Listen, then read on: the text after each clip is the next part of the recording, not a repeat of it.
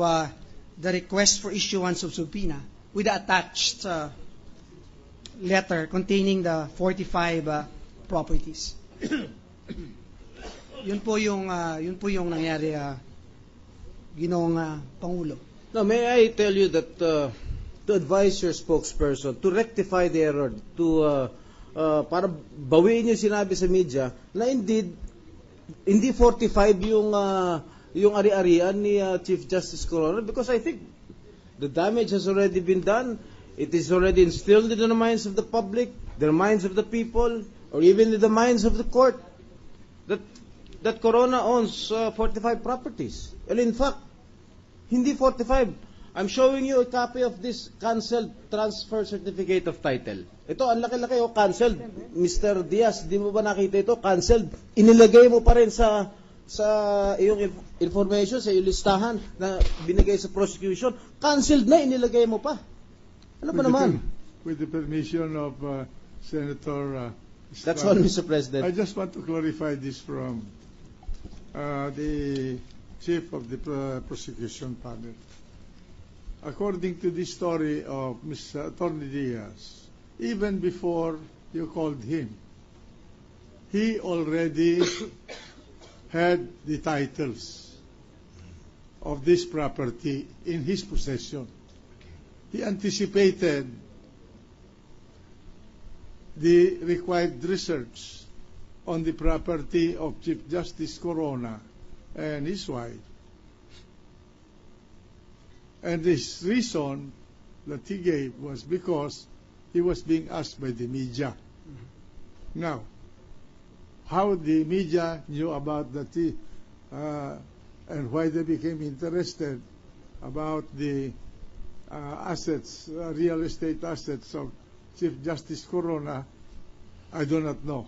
But the fact is, according to the statement of this witness under oath, even before you called him to ask for help, to search for titles in the name of lands and other real estate property in the name of the Chief Justice Corona and Mrs. Corona, he already had these titles. Did you know about that when you made the call to him, Mr. No, Your Honor. Prosecutor of Counsel?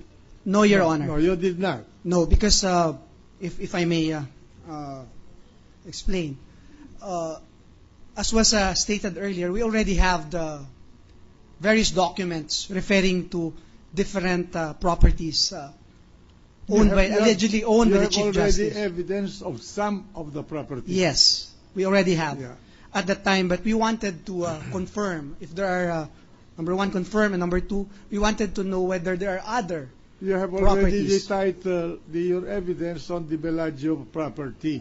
Yes, we already have Bellagio. Property. Yes, And McKinley property. and the Spanish Bay And you Tower. wanted to find out if there were additional property. That's correct, Your Honor. But the fact is, according to the witness, he stated under oath that even before you asked his assistance, he already used his initiative to make a search, and he had already the titles of these 45 alleged assets in the name of the Coronas.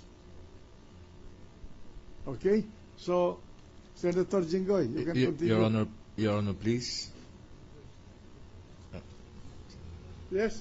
Your Honor, please, can I just make some corrections that I did not do that on my initiative, Your Honor, because previously the media people were already asking, Your Honor. Precisely, I Yes, said that your reason was that the media Yes, Your were asking you, and you made the search. Yes, Your Honor. I Yeah. submit, Your Honor. That's what I said. I did not, I explained that. Okay. Senator, Mr. President, may we recognize Senator Ralph Recto? Senator Recto.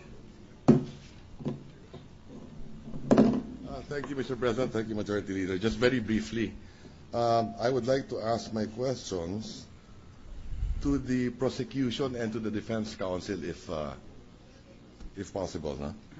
Thank you, Mr. President. As I get it right earlier, based on your testimony, or rather the defense, what you said earlier. From 45, we are talking now of 21 properties.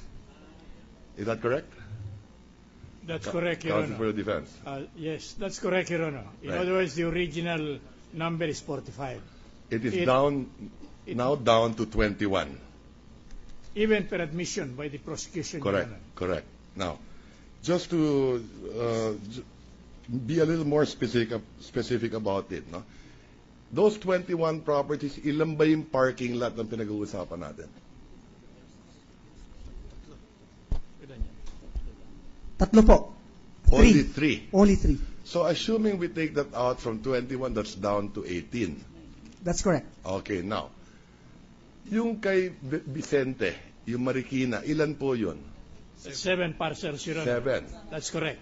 So from 18 minus 7, you're down to 11. Correct. Is that correct? Right, Your Honor. Yes, Your It's a Honor. matter of mathematical computation.